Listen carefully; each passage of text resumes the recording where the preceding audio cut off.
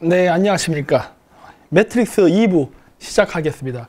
이게 좀 녹화 방송으로 찍는데 아주 힘들어 죽겠네요. 아까 1부 2시간 찍고, 그리고 좀 쉬고 밥 좀 먹고 이제 다시 2부 찍게 됐습니다. 그래서 이제 바로 시작할게요. 이제 힘드네. 그래서 이제 그 매트릭스, 여기 보면 이제 매트릭스가 이제, 네오가 이제 그 구하는 걸로, 사이온, 그 시온 사람들 구하는 걸로 나오는데, 여기서 먼저 이야기하기 전에, 처음에 얘기했던 그 차크라에 대한 부분을 먼저 이야기하고 가도록 하겠습니다. 왜냐하면은 이게 개념이 똑같아요. 근데 불교에서 얘기하는 7개 차크라가 어디서 나냐면 역시 천문입니다. 근데 모든 건 다 천문에서 비롯됐는데, 여기 보시면은 태양이 1년은 12개월입니다. 1년은 12개월이지만 태양이 뜨는 위치를 계속 365일 관측을 하다 보면 패턴이라는 게 나와요. 그러니까 6월 25일 하지 때는 동쪽에 가깝게 뜨고, 여기 사진에 보면 있죠? 동쪽 써갖고 밑에 보면 6월 해갖고 이렇게 있잖아요. 그래서 6월에서 가깝게, 그러니까 동쪽에 가깝게 떠서 좀 길게 하늘을 날라서 이게 떨어지고, 점점 짧아다 12월이 되면은 서쪽에 가깝게 뜨기 때문에 짧게 태양이 떴다가 짧게 집니다. 그래서 밤이 길어져요, 동지 때는. 근데 다시 그게 1월, 2월, 3월, 4월 이렇게 돌아가면은 다시 태양의 길이가, 즉 낮의 길이가 점점 길어집니다. 그래서 다시 이렇게 밑에 보시면 검은색으로 해놨죠? 1월달, 2월달, 3월달, 4월달 하면 태양이 다시 동쪽으로 가면서 점점 공중에 떠 있는 시간이 길어지게 되는 거예요. 그래서 태양이 이렇게 지그재그 움직입니다. 아까 카발라에서 보면 뱀이 이렇게 몸을 지그재그 올라가는 거 있었죠? 그게 바로 하늘에선 이런 식으로 재현된다고 보는 거예요. 몸에서는 그게 동맥을 흐르는 피로 마치 뱀이 요동치듯이 척추를 감싸고 돈다, 이렇게 그런 개념으로 보는 거거든요. 그래서 요거를 잘 보면, 그래서 1년은 12개월이지만 태양이 뜨는 위치는 보십시오. 6, 7, 8, 9, 10, 11, 12 몇 군데예요? 7군데죠. 그리고 1월서부터는 다시 백도어를 하니까 11월, 1월, 10월, 2월, 9월, 3월, 8월, 4월, 7월, 5월 이렇게 해서 겹치죠. 근데 겹치지 않고 제가 일부러 약간 이렇게 틀어놨죠. 이게 왜 그러냐면 지구가 태양을 타원형 궤도로 돌거든요. 그래서 정확하게 우리가 생각하는 것처럼 이상적으로 그렇게 딱딱 맞진 않고 약간 어긋나갖고 움직입니다. 이 원리로 만들어진 게 피아노 건반이에요. 도레미파솔라시, 그죠? 7음계. 그리고 밑에 검은색 해놓은 거는 바로 그게 피아노에는 검은 건반 5개. 이런 개념으로. 그래서 이거를 다시 파동을 소리로 만드는 작업이 있죠.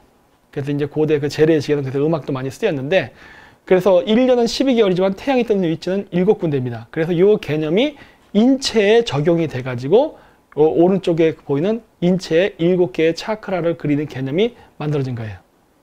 그리고 이게 카발라에서도 똑같이 7개지만 아까 얘기했죠? 허파나 뇌나 신장은 2개씩 있기 때문에 양쪽에 이렇게 구별돼서 있게 됐다고.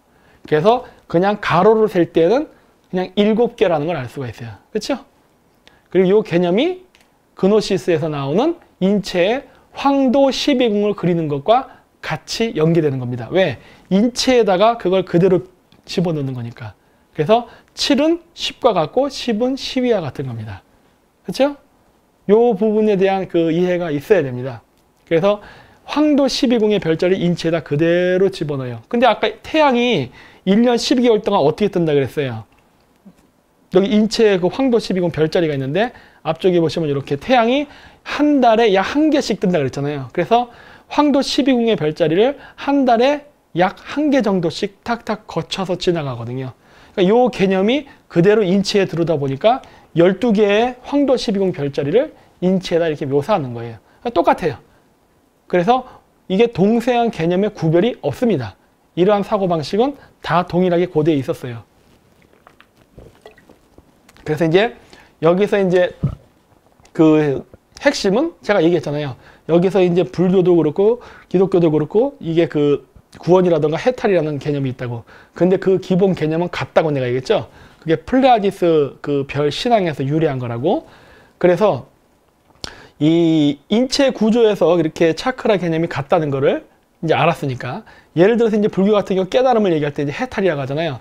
그럴 때 여기 제3의 눈이 열린다 그래요. 뭐 사탄의 눈이 이런데 그런 거랑 상관없고 해안이 열린다는 말을 하는데, 그게 바로 여기입니다. 인체에서 여기를 뭐라 그러더라? 미간이라고 하나? 여기에 이제 그래서 다이아몬드도 받고 그러잖아요. 이거 불상 보면. 그런데 요 위치가 여기 인체에 보면은 저 그노시스 저기 보면은 요 위가 양자리고 여기가 황소자리입니다. 그 황소자리의 중간 요 미간을 갖다가 지금 그 제3에는 해안이 열리는 그런 위치라고 얘기하는데 그게 바로 플레이아디스입니다. 그렇죠? 황소자리와 양자리 사이에 플레이아디스 별이 있어요. 그렇죠? 다시 거꾸로 돌아볼까요? 그렇죠? 여기 왼쪽에 양자리와 황소자리 사이. 그래서 이거는 그래서 둘 다 똑같은 얘기를 하고 있는 거예요. 이게 구원이 됐던 해탈이 됐던 천문을 기반으로 했던 고대 사상에서 유래가 됐고 같은 이야기를 다른 방식으로 표현하고 있다는 게 보이는 거예요. 그래서 이렇게. 그래서 지금도 저도 플레이아디스를 왜 이렇게 중요시 여기는 저도 지금 몰라요. 뭐 제가 뭐 우주선 타고 가본 게 아니기 때문에 저도 솔직히 궁금한데 뭐 일단 현재 존재하는 모든 그 종교의 철학이나 사상을 연구하다 보면 공통 분모를 발견한다. 그래서 이 미간에 깨닫는 게 그게 구원이라든가 해탈 그런 개념으로서 저기 제가 별을 찍어놓은 위치가 있죠? 저 위치가 다 플레이아디스의 위치입니다. 우주의 플레이아디스, 인체의 플레이아디스 이렇게 되는 거예요. 그렇죠? 그래서 이게 이제 일종의 보면은 계속 반복되는 태어났다 죽었다 태어났다 죽었다를 반복하는 이 윤회라는 거죠. 이런 고리를 벗어날 수 있다라고 믿는 건데 그게 어디로 가면 되느냐? 플레이아디스. 근데 이 플레이아디스라는 거는 여기 보시면 아시겠지만은 플레이아디스 별이 여기 있어요. 여기 노란 별, 요 육방성 요 별이거든요. 뒤에 보인다 그쵸? 요 별인데 은하수를 타고 플레이아디스를 가야 되는데 단 여기에 이 플레이아디스 즉 천국을 가는 것을 방해하는 게 바로 누구냐? 시리우스. 즉 이게 사냥개입니다. 개 2마리. 그래서 아무나 집어넣지 못하게. 그리고 이제 오리온 별자리 같은 경우는 고대에는 그 오시리스 신을 갖다 오리온 별자리라고 했어요. 그래서 이 오리온 별자리가 심판자입니다. 저승사자. 그래서 인간의 영혼이 오면은 이 2마리의 개를 거느린 그 사냥개죠. 무서운 개를 거느린 오시리스 신이 그 죽은 영혼을 심판을 해서 착한 일을 해서 통과. 그래서 천국의 문, 그래서 황금의 문을 열고, 그러니까 천국으로 가고, 만약에 그렇지 않을 경우는 빠꾸 해서 다시 지상으로 추락해서 윤회를 거듭한다라는 사상이에요. 예. 그래서 이제 자유시민이라는 게 나오는데 이 자유시민 같은 경우는 이제 이 매트릭스에서 뭐 인공적으로 태어나지 않은 사람들, 그래서 뭐 구식의 방법으로 태어났다 뭐 이렇게 나오는데 이 부분은 제가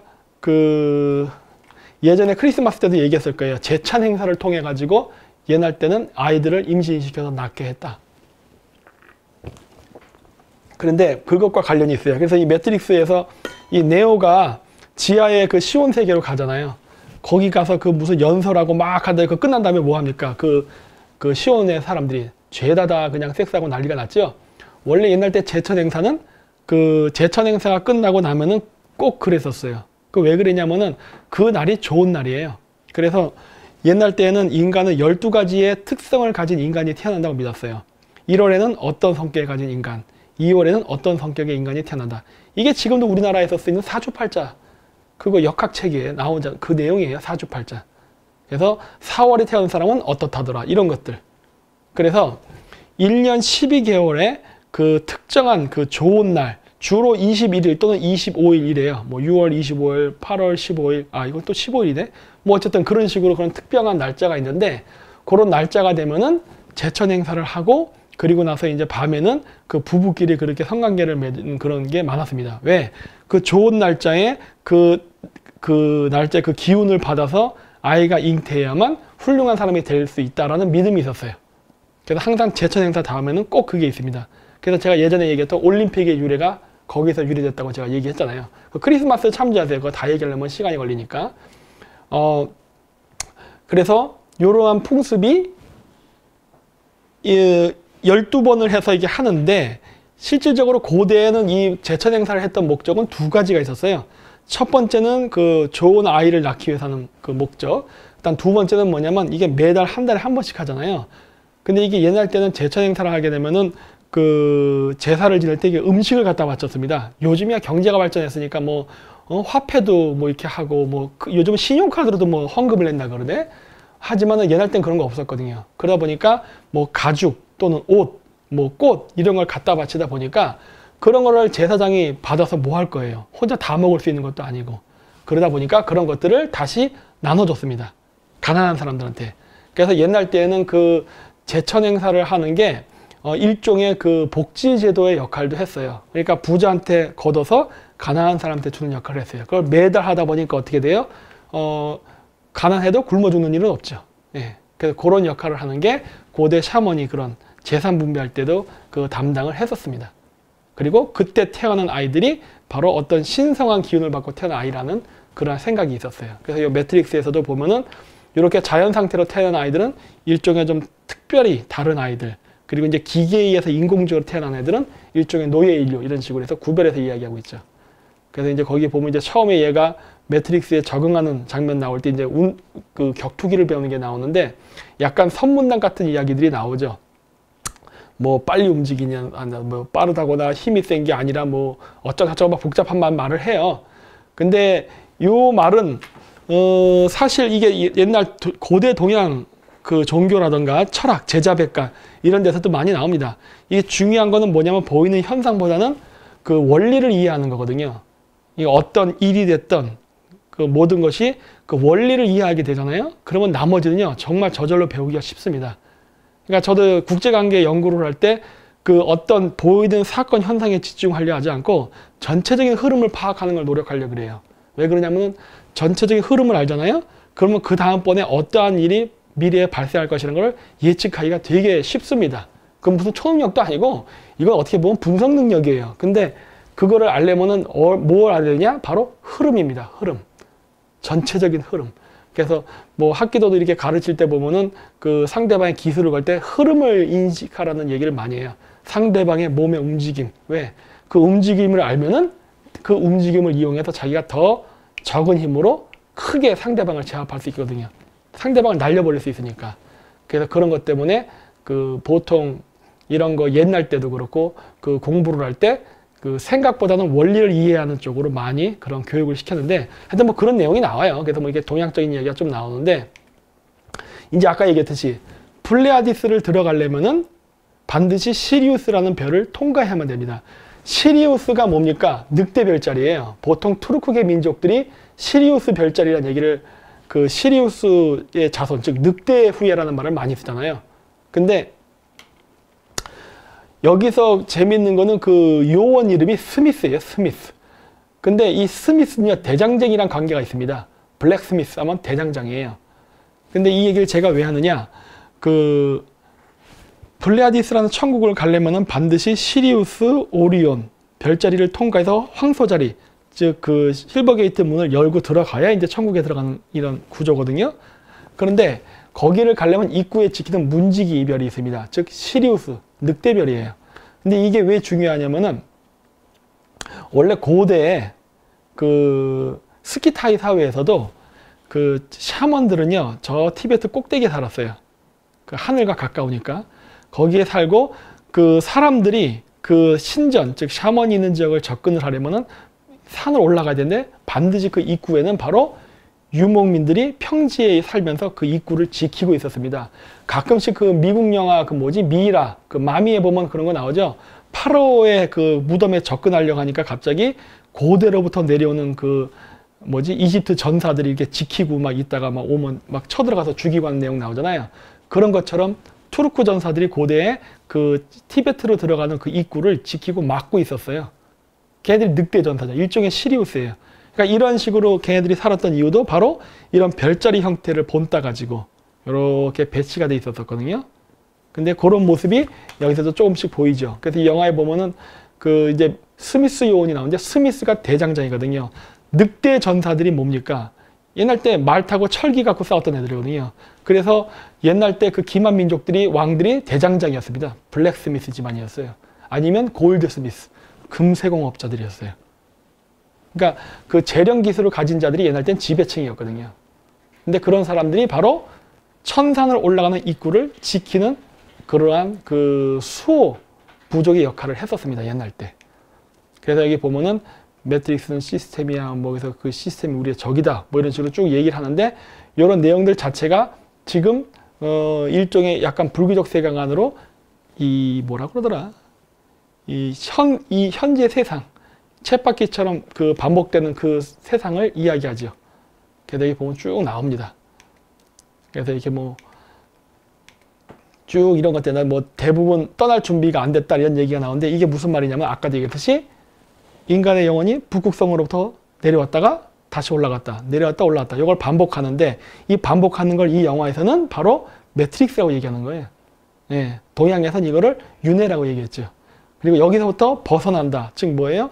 이 반복되는 이거를 벗어나는 게 바로 해탈이 쪽이죠. 근데 해탈은 아직 준비가 안 됐다. 뭐 이런 얘기 하는 거예요. 왜냐? 시스템에 길들여져 있기 때문이다. 뭐 이런 식으로. 그래서 이제 스미스온 나오고 스미스온이 바로 이 시스템을 지키는 사람들이죠. 그래서 이쪽 플레아디스 쪽 해탈을 하러 가는 거를 막는 문지기들인 거예요. 예. 그러니까 이 사람들도 하나의 역할인 거예요. 역할. 그래서 문을 지키고 열쇠를 쥐고 있다라는 얘기를 하잖아요. 그게 무슨 말이에요? 이거지, 이거.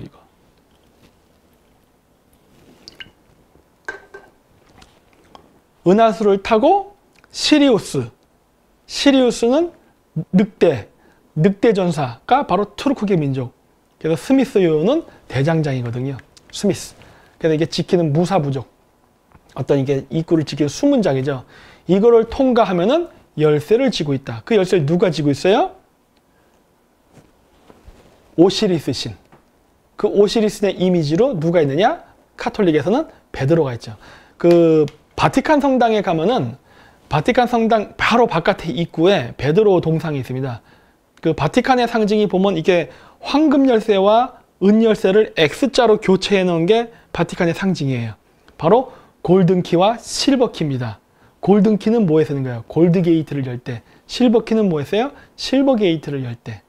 골드 게이트와 실버 게이트는 천문학상으로 여기 그림에도 나오지만은 이 은하수와 황도가 지나가는 두 개 지점입니다.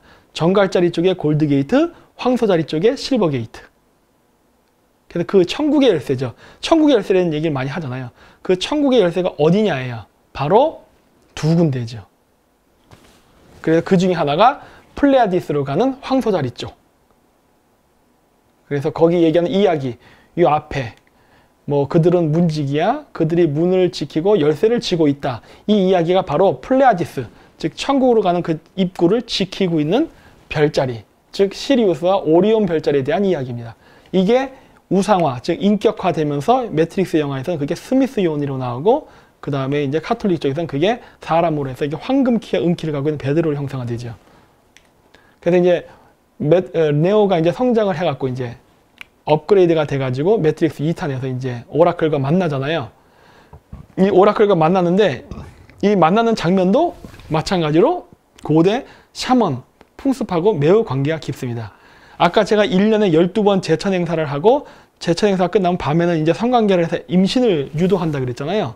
그래서 그렇게 해서 임신을 하게 되면은 각 월을 담당하는 샤먼들이 있습니다. 그러니까 12명의 사제가 있는 거예요. 12명의 샤먼들이 각각 자기에 해당하는 월에 그 아이가 태어나게 되면 그 아이를 담당하게 됩니다. 그래서 그 아이를 담당하게 되는데 그 아이들이 성장하면은 일정 나이가 되면 그 아이들을 데리고 산으로 데리고 가요. 그래서 그 아까 얘기했잖아요. 뭐 1월이면 어떤 직업, 그 사주팔자도 나와요. 몇 월에 태어난 사람은 어떤 직업이 좋다 이런 식으로. 그러면 그 태어난 생년월일에 맞춰서 그 아이의 직업을 결정을 하고 어릴 때부터 그 교육을 시킵니다. 대장장이의 운명을 갖고 태어나는 대장장이 제철 기술을 가르치고 학문에 관련된 애들은 학문을 가르쳐요. 수학을 한다는 사람은 수학을 가르치고 그런 식으로 가르쳐서 그 어느 정도 일정의 교육 이수 과정을 마치면 시험을 거쳐서 성적 순으로 직위를 배정하거든요. 물론 배치되는 지역은 사주팔자 따져서 동서남북 어디로 갈 건지를 결정해서 보냅니다. 그래서 여기 매트릭스 2탄에서도 보면은 오라클이 네오를 만나서 그 네오가 1탄에서 죽었다가 살아나잖아요. 그러면서 이제 능력이 생기잖아요. 그래서 이제 오면은 이렇게 검사하는 이게 뭐냐면은 그때 특정한 시간에 태어난 아이는 그 각각 담당하는 샤먼이 있다고 했잖아요. 그 샤먼들이 그때부터 걔네들을 돌보거든요. 그래서 지속적인 관리를 하는데 그러한 것들이 이게 상징적으로 보여주고 있죠. 이렇게 막. 제대로 어디 뭐 쓸만한가 이런 것들을. 그러면서 이제 선택에 대한 이야기를 쭉 하고,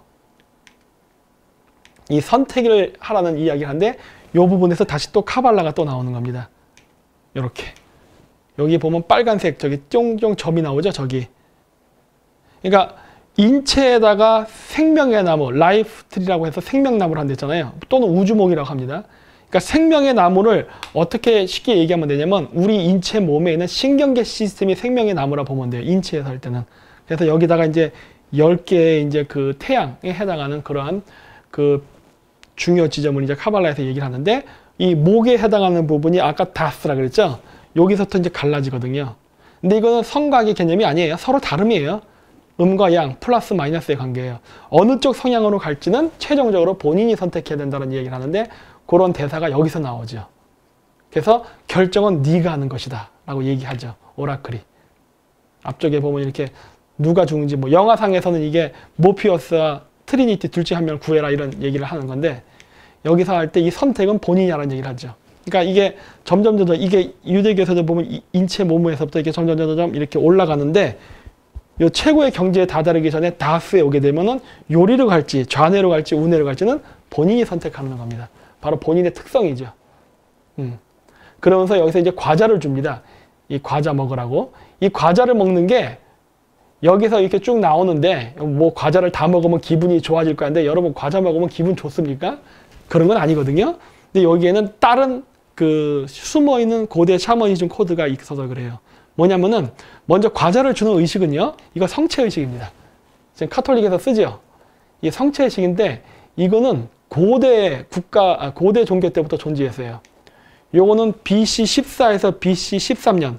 그러니까 지금으로부터 이게 BC 14,000년이면 16,000년 전이겠구나. 16,000년 전에 가나안에서 발견된 태양 숭배 의식 해가지고 이렇게 성체 보이시죠? 이렇게 들고 있는 거. 요 성체 의식이 나중에 카톨릭으로 들어간 겁니다. 그래서 성체인데 이 성체는 바로 그 태양을 먹는 의식이에요. 태양을. 그래서 태양을 먹는 의식인데 요 의식을 언제도 썼냐면은 아까 제천 행사 끝나고서 뭐 한다고 했어요? 성교한다고 했죠? 그 동굴에서 그 최음제도 성체의식 때 줬습니다. 그래서 과자를 먹으면 기분이 좋아질 거라는 얘기를 하는 이유가 뭐냐면 그게 일종의 그 마약 성분이 있는 그런 물질이거든요. 그걸 먹으면 웃음이 나고 기분이 좋아지거든. 옛날 때 고대에 제천 행사 끝나고 그렇게 그 섹스를 하는 걸 유도할 때 샤먼들이 그런 걸 줬었어요. 그게 성체의식의 기원입니다. 그래서 고대에도 이렇게 이런 게 있었고. 그래서 이렇게 보면은 손이 나오는데 이 고대 종교에서는 손은요, 그 신의 손을 갖다 햇살로 묘사합니다. 요거는 이제 그 성당에 있는 벽화인데 여기 보면 야훼의 손이 야훼가 손으로 묘사돼요. 이게 손으로. 그쵸? 저기 보이시죠? 근데 거기서만 그런 게 아니라 보시면은 이집트의 종교 신앙에서 아텐이라는 태양신을 보면은 어때요? 끝에가 태양의 햇살 끝에 손이 달려 있는 게 보이시죠? 햇살을 손으로 묘사합니다. 그리고 이제 불교에서도 보면 천수관음, 손이 1000개가 달린 부처, 아니야 관세음보살이지. 이 보면은 여기도 손이 1000개가 달린 그런 걸로 나오는데 이 세상에 손이 1000개 달린 사람은 존재하지 않습니다. 근데 보살이라는 말은 원래 그 티베트에서 산스크리트 온 걸로 원래는 그게 빛이라는 소리예요. 빛.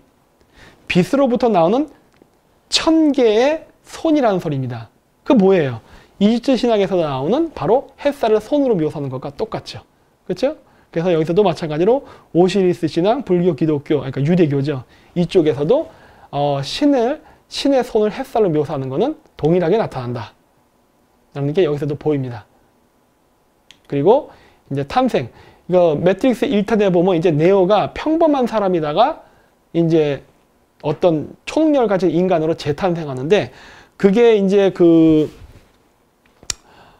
탱그리 신앙에 보면은 그 어떤 반신반인의 어떤 그 신이 인간의 몸에 들어와서 이렇게 인간의 몸으로 잉태해서 영웅이 되는 그 일화가 많이 나오는데 그 탱그리 신앙에서도 보면요. 그 사람이 태어날 때부터 뛰어난 능력을 가진 사람은 나오지 않습니다. 일정한 나이가 쌓여서 이제 때가 됐을 때 그게 탁 발현하는 걸로 나와요. 그렇게. 그래서 카이사르 신화 이런 거에도 보면 그런 게 나오거든요. 근데 이제 그 특정한 능력을 갖고 태어나는 거를 고대는 어떤 식으로 그 성인 의식을 치렀냐면은 죽음의 의식을 통해서 했습니다.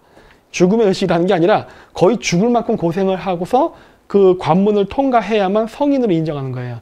예를 들어 파푸마 뉴기니 같은 경우도 번지점프 이런 거 있잖아요. 이게 잘못하면 죽는 거 아니야. 그런 어떤 극단의 그 과정을 통과해야만 이 성인이 된다는 그런 의식이 있었어요. 성인 의식이 있었는데 그 성인 의식 중에 하나가 뭐였냐면은 일종의 가사 상태 체험입니다. 아까도 얘기했듯이 어두운 동굴에 가서 그러한 그 독버섯, 그 광대버섯 같은 걸 먹고 환각 상태에 빠지는 거예요. 근데 아까 얘기했죠. 그 환각 상태라는 건 언제 일어나느냐? 죽음에 거의 가깝게 도달했을 때. 물론 그러다 보니까 그 쾌락의 감정도 느끼지만은 그게 조금만 더 가면 이제 죽는 거거든요. 그러니까 그 가사 상태까지 가서 그 어떤 뭐 꿈에서 오는 환상에서 자기 조상이라든가 이런 사람들을 만나서 대화를 하고 그리고서 어떤 메시지를 받고 오면은 성인으로 인정하는 의식이에요. 근데 그 방법은 여러 가지 방법이 있었는데 그 환각성 물질을 먹고 하는 방법이 하나 있고 또 하나가 뭐냐면 침례, 그 물의 세례 의식입니다. 왜냐하면 죽으면은 뭐라 그랬어요? 고대인들은 영혼이 은하수를 타고 간다고 믿었잖아요. 그래서 이 은하수를 타고 은하수의 건너편이 북극성이 있는 곳, 저건 생명이 오는 곳이기도 하지만 생명이 돌아가는 곳이기도 하죠. 즉 저승이에요. 저승의 세계인데 거기까지 갔다 오는 거거든요. 그래서 그걸 갔다 오는 거를 상징적으로 하기 위해서 그러한 마약 성분의 그런 그 체험제를 먹는 건데 그렇게 해서 일종의 정신 속에서 은하수, 즉 죽음의 강을 넘는 그런 과정을 하는 것도 있고 그냥 형식상 종교 제례 의식으로서 물에 빠졌다 나오는 의식을 하는 경우도 있었어요. 그러니까 은하수라는 의미로서 강에 가서, 그래서 힌두교도 보면 겐지스 강에 가서 이게 물에 빠졌다 나오는 의식하죠. 그게 바로 일종의 그 자기가 저쪽 세계를 갔다 왔다라는 어떤 상징적 표현이거든요. 그래서 물에다 집어넣었다 꺼내서 새로운 사람으로 재탄생했다라는 의미를 가지게 합니다. 성인의식이에요. 예, 이거는 기독교에도 있죠. 그리고 저 불교에도 있습니다. 그래서 석가탄신을 가면은 석가모니한테 그 약사에게 물에 이게 머리에다 물 뿌리는 의식이 있죠. 이거 다 세례 의식이에요. 그리고 카작 그 유목 민족들도 아이가 몇 살에 도달하면은 그때는 그 아이를 데리고 가서 물에다가 이렇게 빠뜨리는 그 세례 의식을 합니다.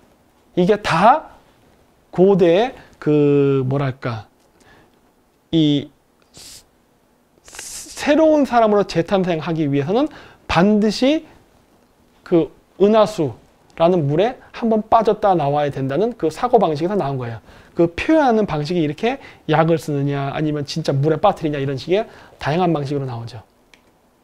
그래서 이제 뭐 탄생하는 건 뭐 예언에 대한 부분이 나오는데 오라클 그 여자 이게 나오는데 그 매트릭스 영화에 보면 이렇게 아까 얘기했던 호텔 이름이 나옵니다. 여기 H 나오죠? HEA잖아요. 이게 하트.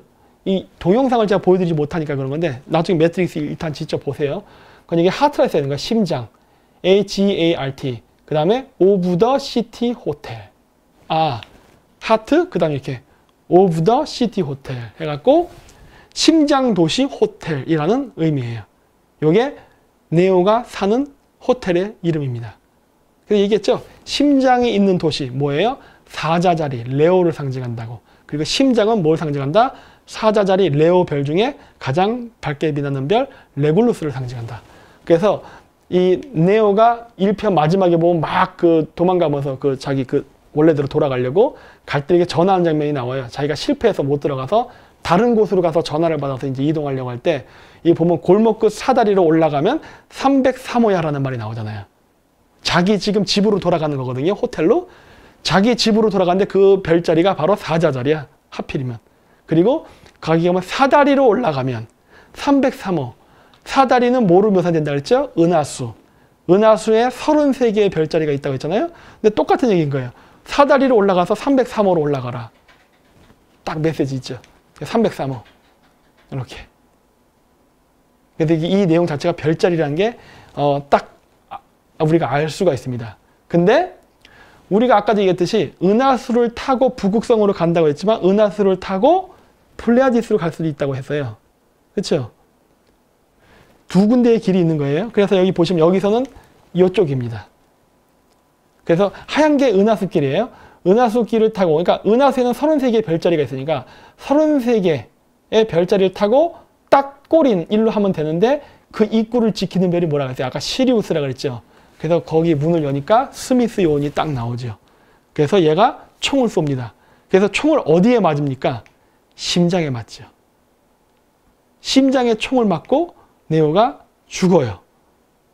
죽었는데 이 네오를 트리니티가 발견해가지고 키스를 하고 심장을 만지니까 살아납니다. 오, 여기서 키스는 입김을 넣는 걸 상징하거든요. 숨결을 불어넣어 생명을 집어넣는다는. 그리고 심장을 이렇게 만져가지고 다시 심장이 움직이게 만들어요. 살려내거든요. 근데 이 키스는 굉장히 중요한 의미를 갖습니다.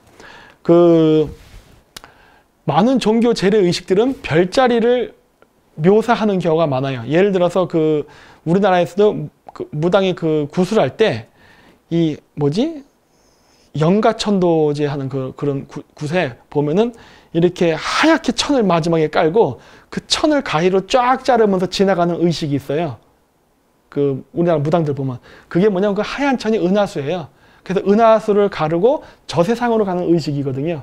그걸 마지막에 이렇게 흉내를 내면서 이렇게 재래 의식을 하는데 그 행위 자체가 별자리에 별의 움직이는 모습을 묘사한 거거든요. 그래서 은하수, 즉 황천강을 건너서 이제 저세상으로 잘 가시오라는 의미로 마지막에 그렇게 가위를 쓰는 건 뭐예요? 연을 끊으라는 거지. 그래서 그런 상징적 의미로 그렇게 나중에 재래 의식을 하는데 이런 퍼포먼스는 서양도 마찬가지예요. 이 키스가 갖는 의미가 매우 중요합니다. 이 황도 12궁 중에 키스랑 관련된 별자리가 있어요. 그게 뭐냐? 정갈자리입니다. 정갈자리. 스콜피오라 그래요. 이 정갈자리의 별을 이게 카톨릭 기독교에서는 뭐라고 얘기하나 다른 말로 할 때 그걸 유다의 키스라고 얘기합니다. 키스. 이렇게 뽀뽀하는 그거를 상징적으로 얘기해요. 근데 이게 왜 중요하냐?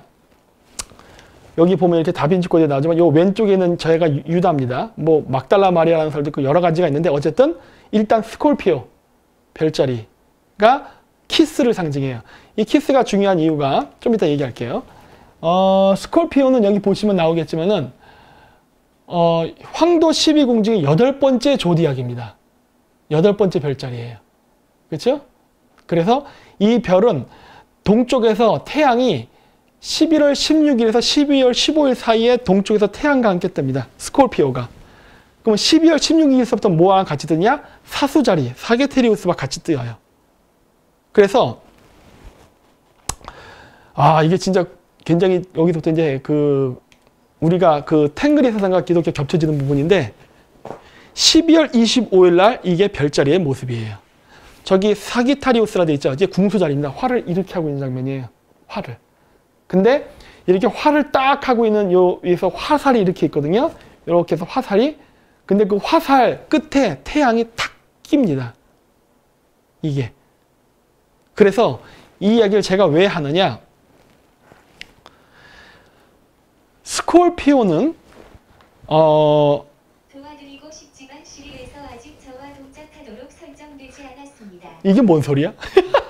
진짜 미쳤네. 스콜피오는 유다의 키스라고 해가지고, 근데 유다의 키스가 뭐예요? 최후의 만찬 때 무슨 얘기를 합니까? 예수님이 여기서 나를 배신하는 자가 있을 것이다. 그래서 내가 죽는다 이런 얘기를 하죠. 그리고 난 부활할 것이다. 요거랑 연결되기 때문에 그래요. 이거를 우리나라 고대 신화와 같이 연결해서 봐야 되는데 스콜피오가 8번째 별자리고 사게테리우스 궁수자리가 9번째 별자리입니다. 12개 별자리 중에 번호가 매겨지거든요. 9번째 별자리예요. 9번째 별자리 숫자 9. 화살로 태양을 맞춰서 떨어뜨린다. 뭐예요? 산해경에 나오는 구이족의 신화죠. 10개의 태양 중에 9개가 예 화살에 맞아서 땅으로 떨어진다는 얘기가 나오잖아요. 그게 구이족이 하늘로부터 천성 강림하는 것을 얘기하거든요. 그때 나오는 게 숫자 9, 9개의 태양입니다. 근데 공교롭게도 사게테리우스는 9번째 조디악 별자리예요.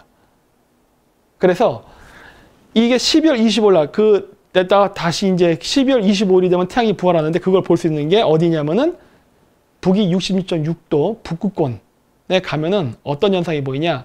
여러분 예전에 시대정신이라는 자이가이스트라는 한번 영상 본 적이 있을 거예요. 이게 어떤 현상이 일어나느냐? 지구가 23.5도 기울어 가지고 이게 진북방이 북이 90도 빼기 23.5도에서 북이 66.5도, 즉 666의 숫자가 나오는 그 적이라 했잖아요. 거기를 가면 어떻게 되느냐? 12월 21일 동지가 되면요. 태양이 안 뜹니다. 안 떠요. 그냥 어두워. 그래서 12월 21일서부터 태양이 안 떠서 22, 23, 24, 3일 동안 태양이 안 뜨다가 12월 25일이 되면 태양이 한 5분 정도 잠깐 떴다 딱 져요. 이거를 탱그리의 부활, 즉 태양의 부활이라 그래서 지금도 시베리아 샤먼들이 12월 21일서부터 해갖고 약 7일간 태양신 부활 축제를 합니다. 근데 이게 북이 66.6도를 가면 어떻게 보이느냐? 태양이 잠깐 떴다 치는데 이게 마치 이 지평선에 태양, 오리온, 시리우스 별자리가 지표면에 일직선 정렬을 딱 해요. 그래서 동방박사 3인이 동방의 별을 보고 예술을 받는다라는 그 그림이 북이 66도에 가면 이 그림이 천문학적으로 쫙 보입니다. 네, 거기만 가야 볼 수 있어요. 나머지 지역은 안 보여요. 나머지 지역은 하늘에 떠 있거나 땅 밑으로 들어가요. 딱 그 지점에 가야만 그게 딱 보이거든요. 그래서 하늘에 있는 태양이 지상으로 강림한다라는 게 그때 보여요. 12월 25일 날. 하늘과 태양이 닿는 걸 강림한다라고 보거든요. 고대인들은. 그래서 하늘의 신이 지상으로 내려온다. 그래서 그 태양이 닿은 부분에 집에 그날 태어난 아이가 있으면 그 아이는 위대한 종교적 지도자가 된다고 고대 샤먼들은 믿었어요. 예. 비슷하죠? 그런데 공교롭게도 이게 여기와 맞물려 있는 거예요. 정갈자리가 바로 12월 15일. 그 다음은 뭐냐? 태양이 화살에 맞고 떨어지는, 즉 죽음의 날이거든요. 죽음의 달 그 전달이 바로 스콜피오입니다. 바로 우리가 얘는 유다의 키스라고 불리는 그 이후에 죽음으로 가거든요. 그러니까 거기서도 상징적 의미가 있는 거죠. 스콜피오 별자리 다음에 사게테리우스, 즉 죽는다. 근데 이게 기독교에서는 그 화살이 아닙니다. 롱기누스의 창으로 묘사됩니다. 창, 옆구리 찌르는 거. 근데 그거는 어차피 똑같아요. 그 어떤 민족마다 별자리를 다르게 본데 어떤 이쪽 주로 동쪽에서는 그거를 이렇게 사게테리우스 궁수자리라고 해서 그걸 화살로 봤어요. 화살로 태양을 쏜다라는 개념으로. 그래서 화살에 태양이 맞는 것처럼 12월 21일 날 되면 태양이 사게테리우스의 화살 쪽에 딱 걸려서 뜨거든요. 그래서 이게 화살을 맞고 떨어진다고 믿는 거예요. 그래서 태양이 안 뜬다라고 생각한 겁니다. 화살에 맞고. 근데 다른 지역에서 그거를 창이라고 생각했어요. 창에 찔려서 태양이 죽었기 때문에 안 뜬다라고 본 거예요. 그랬다가 다시 태어나서 하늘로 승천한다라고 본 거거든요. 그래서 이게 천문학적 현상입니다. 그래서 이렇게 보이시죠? 스콜피오가 여기에요. 거시기에 위치해 있습니다. 그리고 그 다음에 궁수 자리가 허벅지 자리에 위치해요. 바로 여기가 12월 25일에 위치거든요. 이게 순서로 갈 때. 네.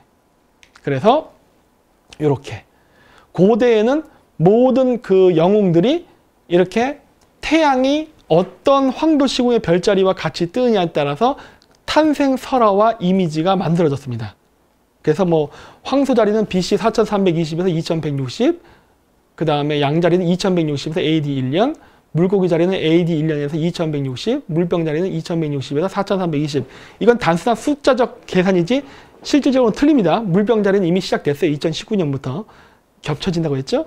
그렇게 되는데 이 시기에 맞춰서 우리가 어떤 영웅 탄생 설화를 만드는데 이게 우리가 황소자리라는 개념은 뭐냐면요. 이 그림이 지금 내가 잘못됐네. 저 태양하고 지구 위치를 바꿔야 됩니다. 이거 잘못 내가 그렸는데 뭐냐면 지구에서 봤을 때 지구, 그 다음에 태양, 그 다음에 황소자리가 있는 거예요. 그러니까 태양과 황소자리가 같이 뜰 때가 바로 황소자리 시대예요.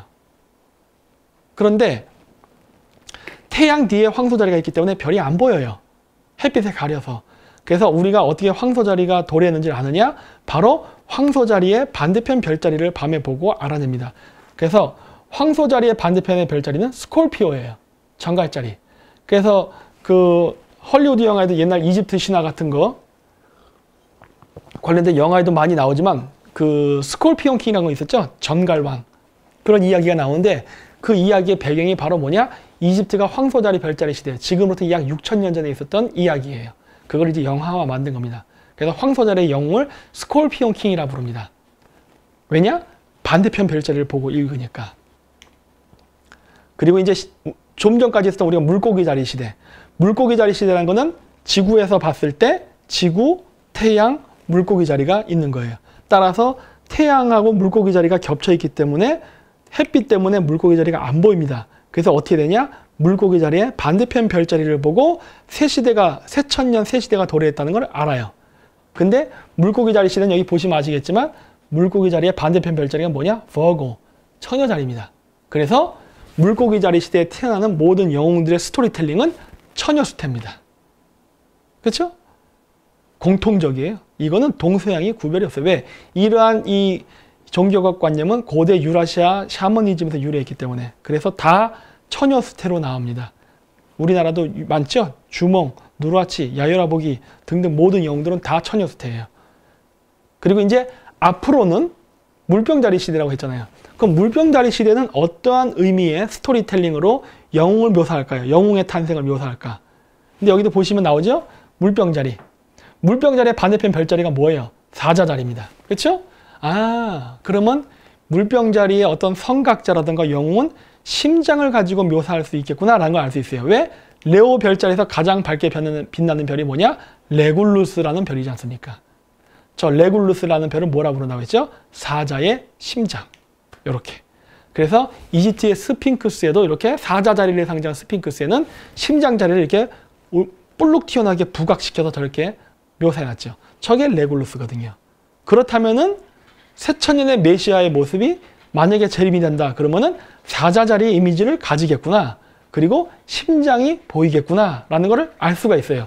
그럼 정말 그럴까 하는 거예요. 이미 존재하죠. 이렇게. 그렇죠? 사자 머리 모양의 헤어스타일. 그리고 여기 보시면은 이렇게 해야 되나? 심장을 가리키고 있는 손가락으로. 그렇죠? 이미 여러분들은 보고 계시지 않습니까? 근데 이건 원래 별자리에 대한 이야기예요. 하지만 이걸 인격 신화한다고 했잖아요. 그래서 이렇게 만들어지는 거라고. 그래서 네오 영화에서 매트릭스에서도 보면은 네오가 아키텍트, 그 매트릭스를 디자인한 프로그래머한테 가서 딱 만나니까 아키텍트가 뭐라 얘기합니까? 야, 너 같은 놈은 네가 처음이 아니야. 그런 얘기 하잖아요. 네 이전에도 존재했었고 앞으로도 존재할 거야. 지금은 나는 현재의 네오, 너를 볼 뿐이고 너는 선택을 해야 돼. 이런 얘기 하잖아요. 이쪽 문으로 나가면은 트리니티는 구하고 모피우스는 죽고 이쪽 문으로 가면 모피우스는 사는데 트리니티는 죽는다. 둘 중에 하나를 선택해라. 해서 게이트, 문을 제시하잖아요. 마치 여기 카발라에서 다스, 여기서 또 어디로 갈 것인가를 결정하는 것처럼. 그렇죠? 그때도 나옵니다. 그래서 이렇게 새천년마다 시대를 구원하는 메시아는 네가 처음이 아니야. 이런 얘기를 딱 하는 거예요. 이게 바로 천문에 기반을 둔 고대 종교관념에 바로 바탕을 두고 있다는 게 보이는 거죠. 그래서 황소자리 시대는 황소자리의 메시아가, 양자리에는 양자리 시대의 메시아가, 물고기 자리 시대는 물고기 자리 시대의 메시아가 이렇게 나온다고 생각하는 거예요. 그래서 여러분 그 왕자 게임에 보면 스코틀랜드 그 켈트족 이야기잖아요. 왕자 게임이 그 켈트족의 이야기거든요. 근데 거기 보면은 왕자 게임에서 그 나오는 사람들이 왕이 될 때마다 선수할 때 뭐라 그럽니까? 나는 과거의 신과 현재의 신과 미래의 신에게 선수한다 라는 얘기를 한다고요. 그래서 신이라는 개념을 과거, 현재, 미래, 시간의 개념으로 얘기해요. 왜냐? 신은 시간이니까. 그래서 그런 이야기가 미국 영화에도 중간중간 이게 탁탁탁 나옵니다. 그렇죠? 그래서 네오가 죽었다가 다시 부활할 때 심장이 다시 움직이는 게 이렇게 영화에서도 나오죠. 왜? 네오는 물병자리 시대의 메시아의 개념으로서 영화를 만들었기 때문에. 그래서 심장을 상징하죠. 그래서 심장에 총 맞고 죽고 심장이 부활해서 다시 살아나는 걸로 나오죠. 이렇게. 한 번 죽었다 깨어나는 걸 뭐라 그러는데요? 가사체험이라고 했잖아요. 성인의식을 치를 때 죽음에 가깝게 갔다 다시 깨어나는 의식. 그거를 하기 위해서 뭐 세례의식도, 물세례의식도 하지만은 직접적으로 어떤 그 뭐랄까, 그 환각물질? 그런 걸 먹고서 가사체험을 한다고 했죠. 한 번 죽었다 깨어나야 성인이 된다고 믿는 거거든요. 그걸 곧 부활이라 생각했거든. 그래서 진짜로 이 영화에서도 이렇게 네오가 한 번 죽다 살아나니까 그 다음부터 갑자기 총력을 갖죠. 응? 그래갖고 이게 스미스 요원도 격파해서 죽이고. 근데 스미스 요원도 똑같이 심장을 공격당해서 심장 터지면서 죽는 걸로 나와요. 왜냐하면 이거는 바로 음양의 개념이거든요. 양비론. 빛과 어둠 이런 식으로. 그러다 보니까 둘 다 부활과 죽음은 같은 형태로 움직인다라고 보는 거예요. 빛이 강하면 어둠이 강하듯이 둘은 상관관계로 같이 움직인다 해요. 그래서 이런 식으로 십자가 형태로 해서 이렇게 성인을 묘사하는 거는 전 세계 모든 종교에서 다 나타납니다. 그렇죠? 요 왼쪽에 말이 그려진 건 저기 켈트족 거예요. 요 밑에 거는 저게 로마인가 그리스예요. 오른쪽에 건 디오니소스인가? 디오니소스. 그거. 그 다음에 여기 보면 불교, 잉카 등등이 다 있죠. 그렇죠? 그래서 이 십자가로 묘사하는 이유는 바로 이 사람들이 바로 하늘로부터 내려온 천송강림. 그 바로 반신반인의 인간으로 태어나서 신의 사명을 대행한다라는 이미지로 그 신화가 만들어질 때 이 많이 쓰였기 때문이에요. 그래서 아까도 얘기했지만은 거기서 얘기는 아키텍트가 네오를 만나서 얘기하죠. 너는 처음이 아니다예요. 왜냐? 앞으로도 이런 일은 반복적으로 지속될 것이다예요. 그리고 그렇게 그 시대에 태어난 그 영웅은 머리 한 번만 보시고 머리? 머리가 막 갑자기 막 자기장이 뻗치나 봐요. 자기장이. 예.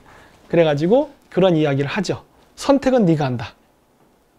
그 시대를 어떻게 만들 것인지는 네가 선택해라. 이렇게 얘기하죠.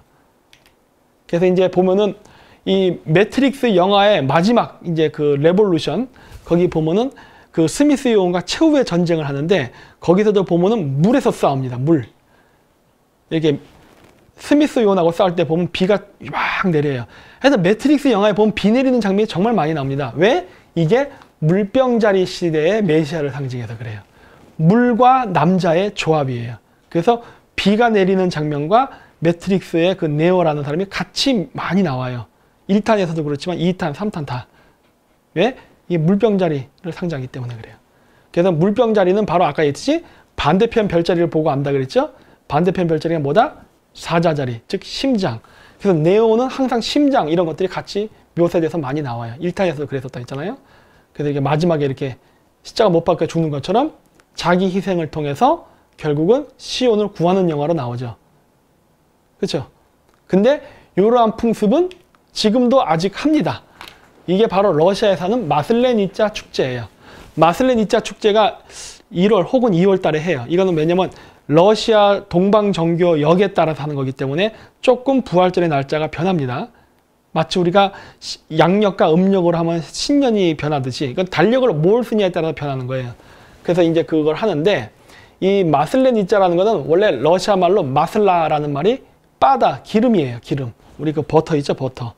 그 레니짜, 레스라는 말이 뭐예요? 영어로 없다예요. 기름이 없는 날이라는 말인데 이 마슬레니짜의 원래 축제의 기원은 무엇이었냐면 아까도 얘기했지 태양은 1년의 수명이 365일이라 믿었어요. 그래서 12월 21일이 되면은 태양이 죽는다고 생각했습니다. 동지, 즉 밤이 길어질 때.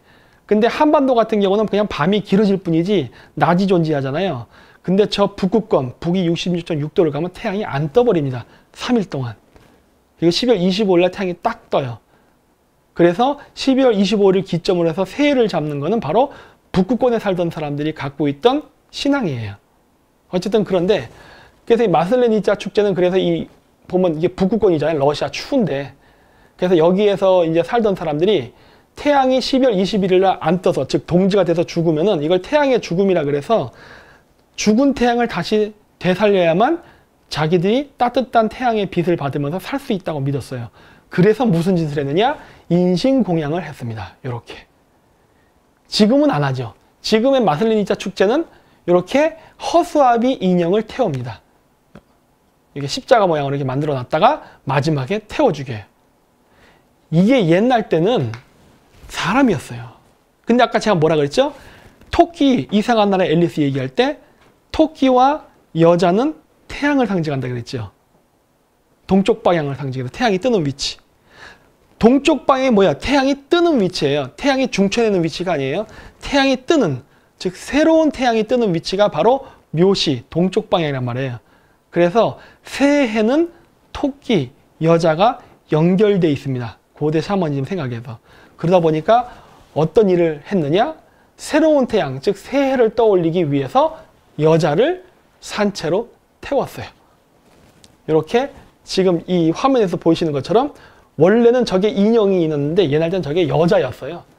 그래서 여자를 저렇게 십자가 모양으로 묶어놓고 불을 태웠습니다. 왜? 불을 태워서 화양을 시켜야 그 여자의 혼이 태양에 들어가서 태양을 띄워 올린다고 생각했어요. 그렇기 때문에 태양은 여성성을 갖는 거예요. 여자들이 희생자물로 인해서 태양이 뜬다고 믿었기 때문에. 근데 웬걸? 안 죽여도 태양이 뜨네? 이렇게 된 거예요. 왜냐?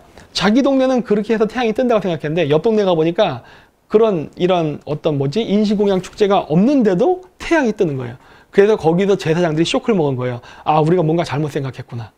그래서 어떻게 된 거냐?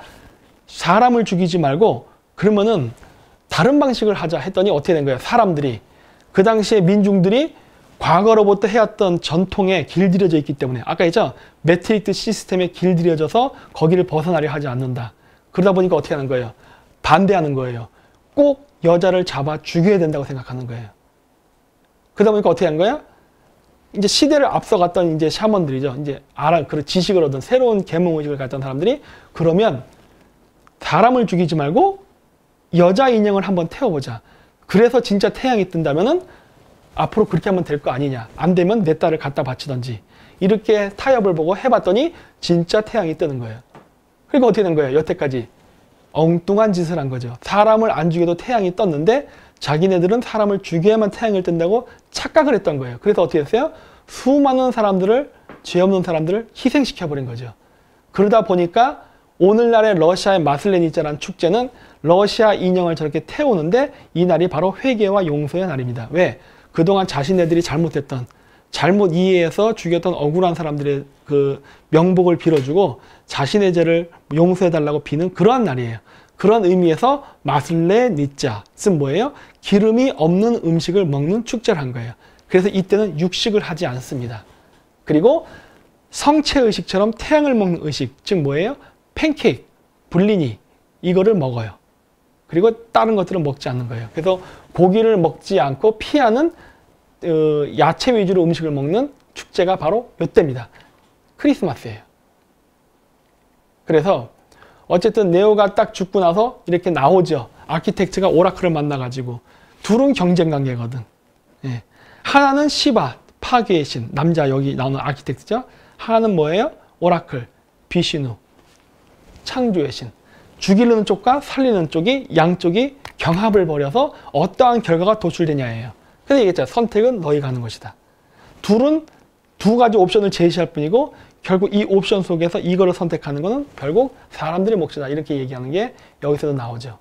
근데 이 영화 보면 이 끝부분 여기서 보면 그 여자애가 하나 나옵니다. 마지막 장면에 뒷부분에 이렇게 아키텍트랑 대화를 하고 아키텍트가 떠난 다음에 그 중국 옷 입은 애랑 얘가 와요. 얘 이름이 뭔지 아십니까? 크리슈나입니다. 크리슈나.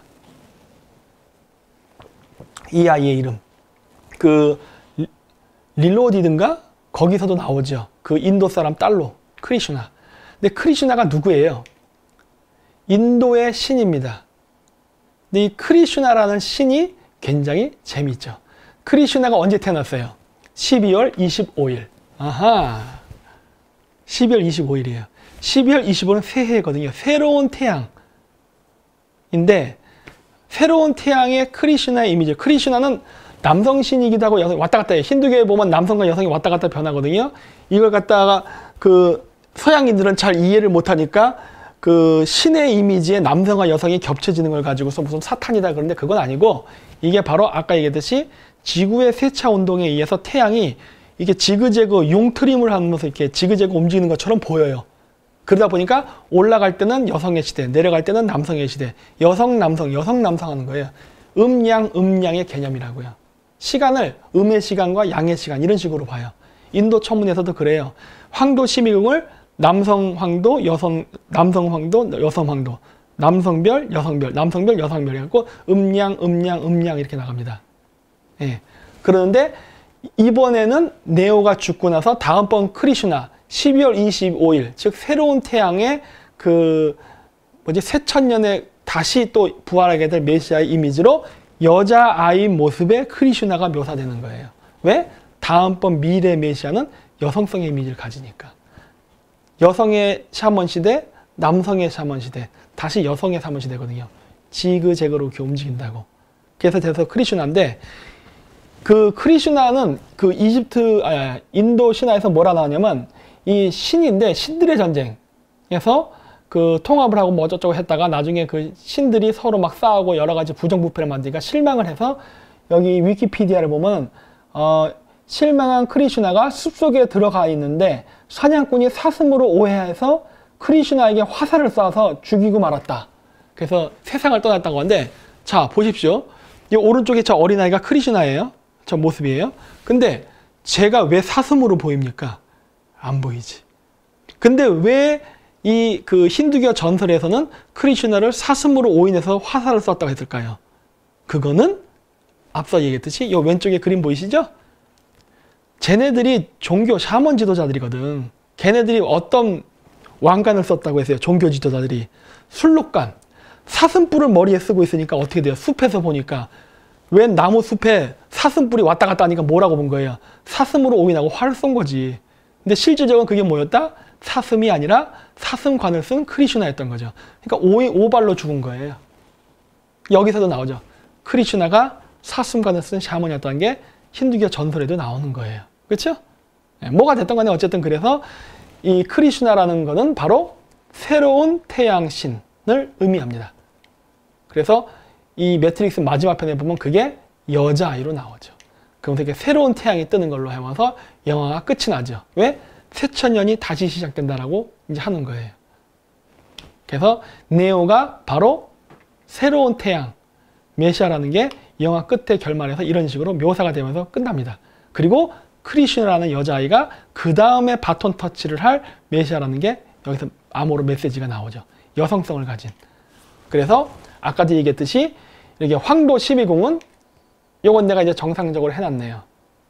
정상적으로 해놓은 건가? 또 거꾸로 내 태양과 달을. 어쨌든 간에 그래서 이렇게 지구에서 봤을 때 지구와 태양 위치 바꿔야 돼요. 어쨌든 그런데 물고기 자리의 반대편이 처녀 자리잖아요. 그래서 지금 시대의 모든 영웅들을 그 신화를 보면 투르크 신화서부터 해서 중근동 신화까지 전부 다 처녀 수태로 나옵니다. 심지어 여러분들이 좋아하는 음모론 프리메이슨, 그 프리메이슨의 창립자 유대교에서 나오는 그 사람도 과부의 자식이라는 얘기를 합니다. House of Son of Widow라 그래요.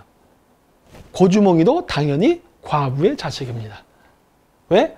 물고기 자리 시대에 태어난 영웅은 처녀 자리, 별자리의 기운을 받아서 탄생하니까. 그리고 앞으로의 미래의 모습. 물병 자리 영웅은 어떻게 된다? 사자 자리의 기운을 받아서 태어난다. 따라서 사자 자리 그러니까 사자 형상의 머리, 심장 이런 것들이 모습으로 이렇게 많이 묘사가 된다. 그래서 그런지 몰라도 십자군 전쟁 때 영국에서 리차드 왕을 굉장히 유명하게 생각했잖아요. 그래서 마치 영국을 구원해줄 왕, 즉 메시아라는 개념으로 생각했는데 그거를 우리가 뭐라 부릅니까? 리차드 왕을 사자왕 리차드라고 부르죠. 왜 사자왕 리차드로 불러요? 메시아 사상 때문에. 근데 우리는 사자왕 리차드라 부르지만 영어로 뭘라 그래요? 원래 영어로 부를 때 리차드를 라이언 하트 리차드라고 합니다. 라이언 하트, 사자 심장 리차드라고 해요. 그렇죠? 탁 이미지 나오잖아요.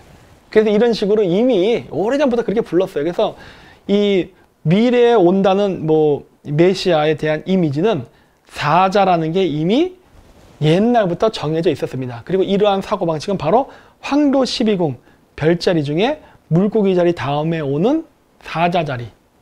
아니지.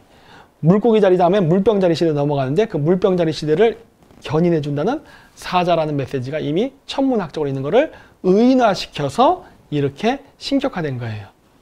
그래서 여기 보면 이 누가복음에도 나오죠. 22장 9절에서 11절에 보면 이게 최후의 만찬에 대한 이야기인데 거기 그 뭐죠? 그 한 명이 배신해서 나를 십자가에 못 박혀 죽이게 한다고 할 때 우리는 어떻게 하면 좋습니까? 하니까 그때 그 예수가 한 말이 뭐예요?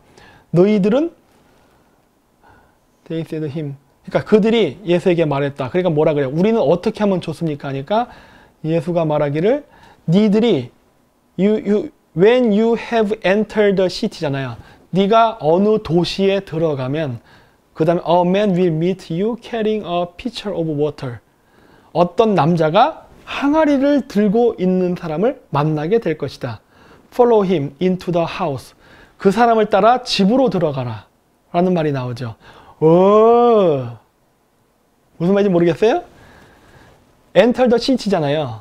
네가 그 도시를 들어가면 네오의 숙박소 이름이 뭐예요? Heart of the City Hotel. 그렇죠? Heart of the City Hotel. 심장에 있는 도시로 들어가라. 그렇죠? 그러면 거기에 물 항아리를 들고 있는 남자가 있을 것이다. 그 남자를 따라서 follow him into the house. 하우스인데 하우스가 천문학적으로 뭐라 그러는데죠? 별자리. 천문학적 용어는 constellation. 보통 일반적인 회화에서는 하우스라 그래요. 별자리를. 그래서 물병 자리에 별자리 안으로 들어가라. 거기에 너의 새로운 메시아가 있다. 오, 이미 나와 있잖아요. 그렇죠? 그래서 물고기 자리 다음에 물병 자리 메시아는 물병 자리다. 이게 바로 다음번 새천년에 오는 메시아다라고 써놨네. 그래서 이게 해석을 해보면은 별자리를 얘기하고 있던 게 다 보여요. 예. 아주 놀랍죠.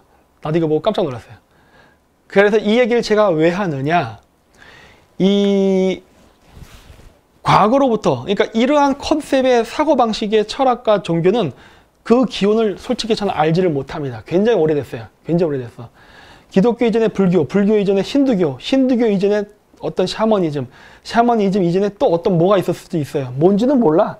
하여튼 있었는데 이러한 개념의 사상은 상당히 오래전부터 내려왔고 우리는 지금 이러한 것을 반복적으로 지금 하면서 우리가 지금 어떤 종교 생활을 하고 있는 건데 결국 우리가 이름을 달리 불러서 그렇지 근본은 같다예요. 그래서 사실 모든 거는 하나의 뿌리로부터 나왔고 다른 형태로 우리가 표현할 뿐이지만 하나의 아이디어로부터 온 거는 확실한데 여기서 무엇이 문제가 되느냐.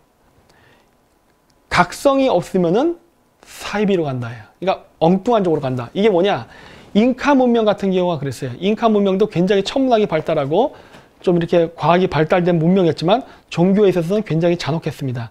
여기 그림을 보면 이게 잉카 문명인데 이 일식 현상을 보고서 뭐 신이 노했다 그래서 막 사람들이 공포에 질리고 하는 거예요. 사실 질릴 게 하나 없죠. 이건 그냥 천문현상이에요. 천문현상. 근데 고대인들은 이게 재앙이 닥친다고 믿었던 거예요. 그러니까 이 재앙을 피하기 위해서 뭐예요? 옆에 보면은 여기 오른쪽에 무슨 양을 묶어놓고 둘겨 패려 그러죠? 근데 이게 재물을 바쳐가지고 신의 분노를 이렇게 뭐 삭혀가지고 용서를 받고 이렇게 다시 이렇게 구원을 받을 수 있다고 생각했는데 이게 다 헛짓거리입니다. 라는 걸 얘기하고 싶은 거예요. 무슨 얘기냐? 아까도 얘기했듯이 12월 25일, 그러니까 그 2월 달이죠. 러시아니까. 마슬레니차 축제 때 멀쩡한 여자를 묶어놓고서 불태우지 않아도 태양은 뜬다 그랬잖아요. 왜? 이건 시간의 문제니까. 우리가 아무것도 안 해도 세상은 움직이고 흐른다니까요. 근데 거기에 종교 지도자들이 정치적 목적을 가지고 이상한 장난을 쳐버리게 되면 이런 일이 발생하는 거예요. 그래서 자기 마음에 안 드는 놈을 이런 식으로 인신공양으로 제거하기도 하고 그랬던 거예요. 그러다 보니까 이게 왜곡이 되는 거죠. 이 얘기를 제가 왜 하느냐. 잉카 제국이 왜 망했냐면은 아포칼립스 영화에도 나오지만은 그 태양의 기운이 쇠해서 앞으로 태양이 안 뜨는 암흑의 시대가 온다. 즉 종말의 시대가 온다 믿었어요. 그래서 그 종말로부터 그 구원을 받기 위해서 이 사람들은 어떻게 생각했냐. 심장을 갖다 바치면은 태양이 기운을 회복해서 다시 뜬다고 믿었어요. 그래서 그 마야 문명, 잉카 문명 그 피라미드 재단 있죠?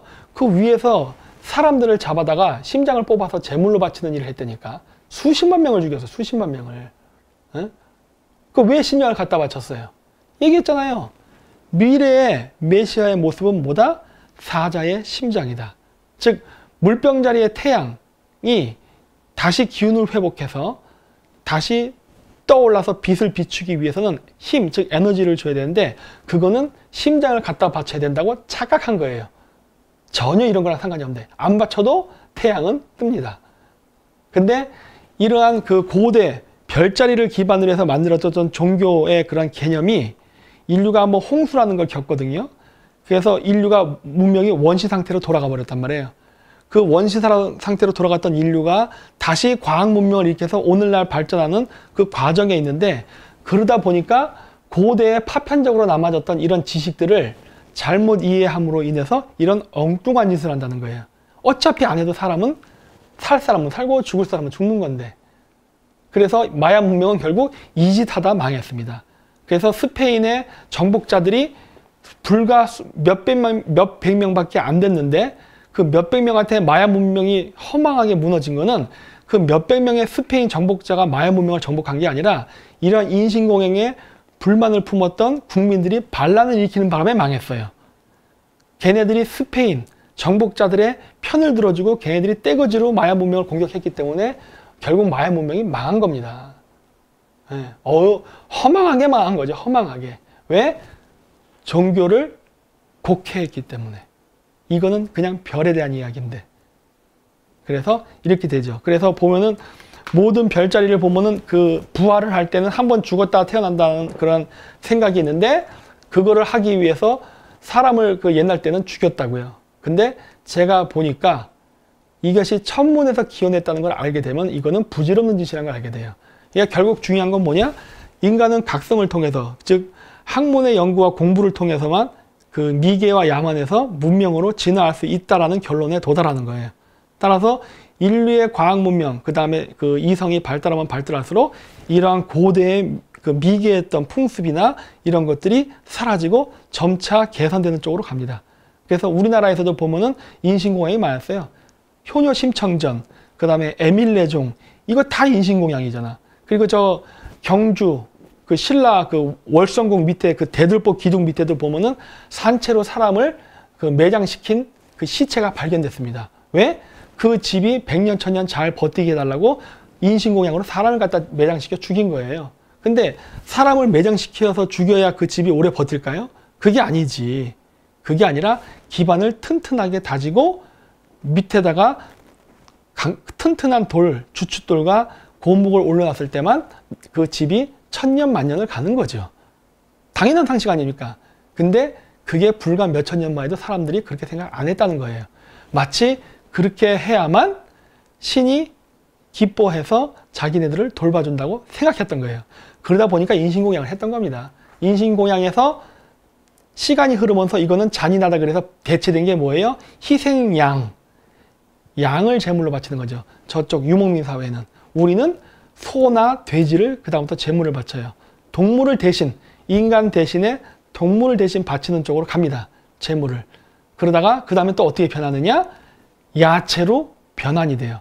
그래서 불교에서 보면 제단 위에 고기가 하나도 없어요. 야채, 식물 위주로만 놓게 되는 거예요. 근데 그것도 이제 앞으로 과학이 발전하고 더 진화하게 되면 그것도 결국은 필요 없는 단계가 가는 겁니다. 왜? 이 모든 것 자체가 부질없는 짓이죠. 왜? 별자리에 대한 이야기니까. 별을 인격 신화한 것뿐이잖아요. 별을. 그렇죠? 여러 번 제가 얘기했죠? 별을 인격 신화한 거기 때문에 별이 음식을 갖다 주면 별이 음식을 먹습니까? 안 먹지?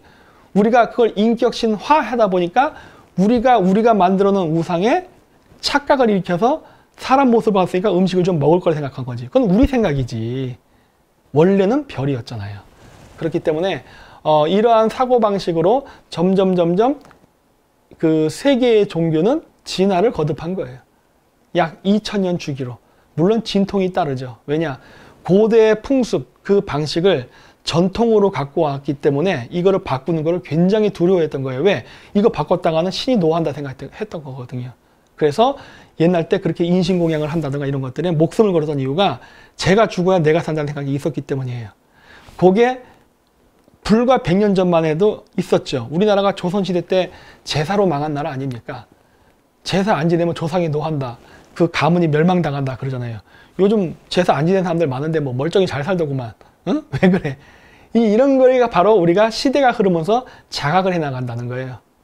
그래서 점점 좋은 쪽으로 갑니다. 현재까지는. 그래서 이런 식으로 계속 우리가 갖고 있는 사상이나 그 다음 철학, 종교 체계를 업그레이드를 하면서 물질 문명이 같이 발달해야만 그 문명이 자기 스스로를 파멸시키지 않는 발전된 문명으로 가는 거죠. 그래서 그런 것들을 옛날 때부터 하고자 했던 선각자들이 있었고 성공을 하면은 업그레이드가 되는 거고 실패를 하게 되면 그 문명이 멸망하게 되는 그런 것들을 반복하게 된 겁니다. 그래서 매트릭스 영화에서도 보면 그래서 이 메시아 역할로 나오는 네오가 어떠한 선택을 하에 따라서 그 문명이 파괴가 되거나 아니면 부활이 되는 것을 선택하라는 요구를 자꾸 하죠.